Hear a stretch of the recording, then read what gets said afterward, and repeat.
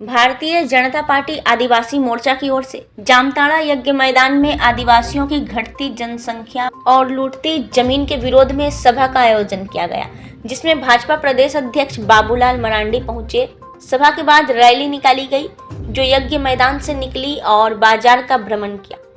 वहीं सभा को संबोधित करते हुए बाबूलाल मरांडी ने कहा कि संथाल परगना समेत पूरे झारखंड में लगातार कई वर्षों से आदिवासियों की जनसंख्या घट रही है और मुस्लिम समुदाय की जनसंख्या में लगातार बढ़ोतरी हुई है। इसके साथ ही उन्होंने मुख्यमंत्री हेमंत सोरेन पर वादा खिलाफी का आरोप लगाते हुए कहा कि 2019 के विधानसभा चुनाव में उन्होंने राज्य की जनता से जो वादा किए थे उसमें विफल हुए हैं। हेमंत सोरेन ने उस दौरान कहा था कि पूरे राज्य में 5 लाख नौकरी देने का वादा किए और नौकरी नहीं मिलने पर बेरोजगार युवक युवतियों को 5,000 और 7,000 रुपये देने की बात कही, लेकिन यहाँ के युवाओं को न नौकरी मिली है और न ही बेरोजगारी भत्ता।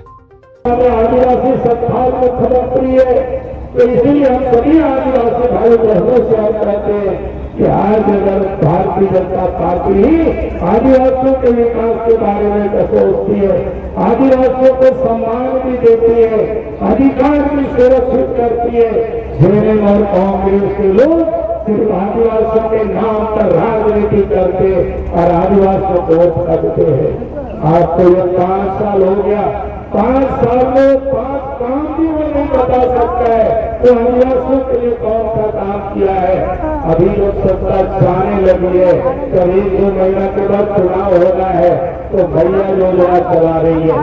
हमने कहा कि मुख्यमंत्री जी आपने 5 साल से क्यों नहीं चलाया, 1-2 साल पहले से चलाए होते तो यहाँ के लोगों को लाभ मिलता, लेकिन आपने 1-2 साल पहले से नहीं चलाया। जानते हैं कि अक्टूबर में चुनाव की घोषणा हो जाएगी, नवंबर में चुनाव हो जाएगा, उसके बाद तो आपको कुछ करना नहीं है। आपने 2019 में भी गरीबों को ठगा था, उस समय भी आपने कहा था कि गरीबों को 72,000 रुपया देंगे। अब 5 साल हो गया, आपने एक भी गरीबों को पैसा नहीं दिया। उस समय भी आपने कहा था विधवा को, वृद्ध को, दिव्यांग को 2,500 रुपया पेंशन देंगे, आपने एक को भी नहीं दिया।